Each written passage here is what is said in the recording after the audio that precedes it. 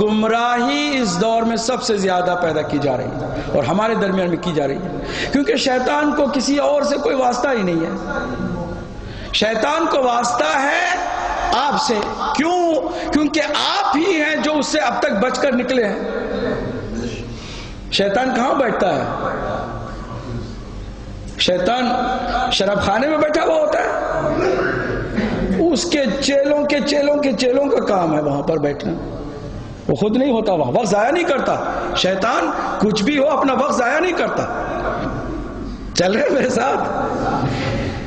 کسی night club میں شیطان بیٹھا ہوا نہیں ہوتا۔ شیطان آپ کے درمیان کبھی مجلس میں ہوتا ہے، کبھی مسجد میں ہوتا ہے، نماز پڑھ رہے ہوتے ہیں تب ہوتا ہے، مجلس کر رہے ہوتے ہیں تب ہوتا ہے، ماتم کر رہے ہوتے تب ہوتا ہے۔ شیطان اس وقت ہوتا ہے جہاں آپ کوئی اچھا کرنے جا رہے ہوں، اس کو بگاڑنا اس کا مشن ہے، اس کو خراب کرنا اس کی عادت ہے۔ خراب شدہ کو خراب کرنے کا کوئی مطلب ہی نہیں ہے نا۔ ایک شاگرد نے خواب دیکھا، آ کر کے کہا استاد سے اپنے، بہت مختصر کر رہا ہوں، استاد محترم میں نے آپ کا عجیب و غریب خواب دیکھا۔ شیطان منہ لٹکا کے ٹوٹی ہوئی رسیوں کے ساتھ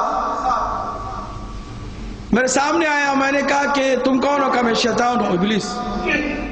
تو کیا پریشانی ہے؟ کہا پریشانی ہے کہ تمہارے استاد کو میں گمراہ کرنا چاہتا تھا لیکن وہ گمراہ نہیں ہوئے، انہوں نے ساری رسیاں توڑ دی۔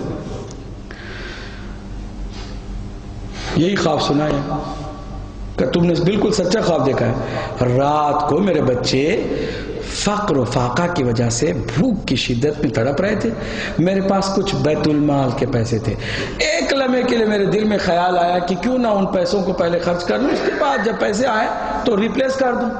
فوراً میں نے کہا کہ یہ شیطانی فکر ہے، لا حول ولا قوت الا باللہ۔ میں نے پھر اس خیال کو اپنے دل سے نکال دیا۔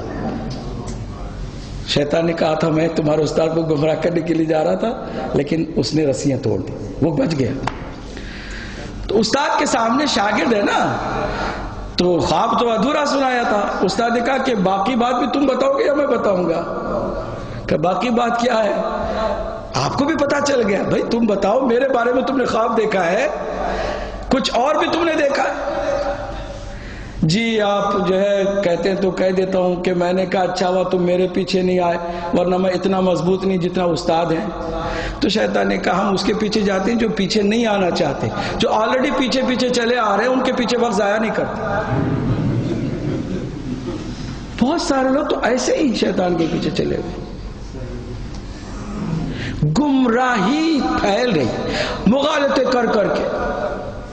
عقیدہ ہے، عقیدہ نہیں بابا، یہ عمل ہے تم جو کر رہے ہو، یہ تم جو قبلے سے ہٹ کر سجدہ کر رہے ہو، یہ عقیدہ نہیں ہے، یہ تمہارا عمل ہے۔ اس عمل کو شریعت کے مطابق ہونا چاہیے۔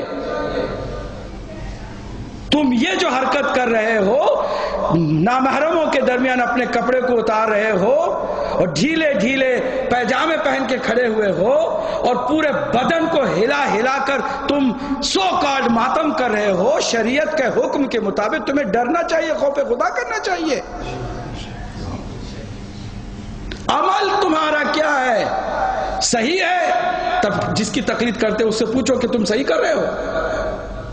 یہ ہے، یہ نہیں کہ عقیدے کا نام اس پہ دے دو، یا عقیدہ عقیدہ نہیں، عقیدہ وہی جو 5 چیزوں کے اوپر ہے، وہ عقیدہ ہے، باقی یہ عمل ہے، اور عمل کے لیے آپ کو کیا کرنی ہے؟ کہیے تقلید۔ جب آپ تقلید کی بات کرتے ہیں نا تو گمراہی کا ایک اور بھرپور گروہ نظر آنے لگتا ہے کہ ہم مجتہد ہی کوئی نہیں مانتے، ہم تقلید ہی نہیں کرتے، جاؤ کیا کرنا کر لو بھائی، کیا کرنا۔ اگر کوئی مریض ضد کرنے لگ جائے کہ میں دوا ہی نہیں کھاتا، جاؤ کیا کرنا کر لو، ڈاکٹر کہے گا جاؤ جہنم میں جاؤ مرو، ہمیں کیا کر، یہی کہے گا نا ڈاکٹر، کیا کہے گا پھر؟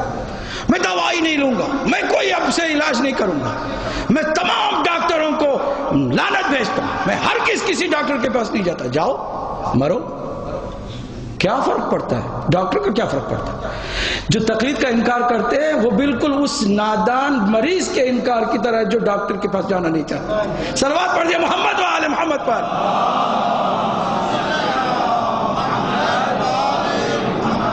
اب انہوں نے جو دیکھا کہ ان کے پاس عجیب و غریب اسپرٹ ہے، ایک طاقت ہے، مرجعیت، قیادت، ولایت کا نظام، اس کو توڑنے کے لیے ابھی آپ سوچئے کہ یہی داعش چپ چاپ خاموشی سے بغیر کسی لڑائی کے موصل پر قابض ہو گئے. اگر ہمارا کوئی مرجع نہ ہوتا، وہ بھی جب سب خاموش بیٹھے ہوئے وہ بھی چپ چاپ بیٹھا رہتا. ویسے بھی بعض لوگ کہتے ہیں نا کہ مرجع تو بیچارے بزرگ بوڑھے، ان کو کوئی خبر ہی نہیں ہوتی. وہ اب داعش موصل پر قبضہ کر چکے.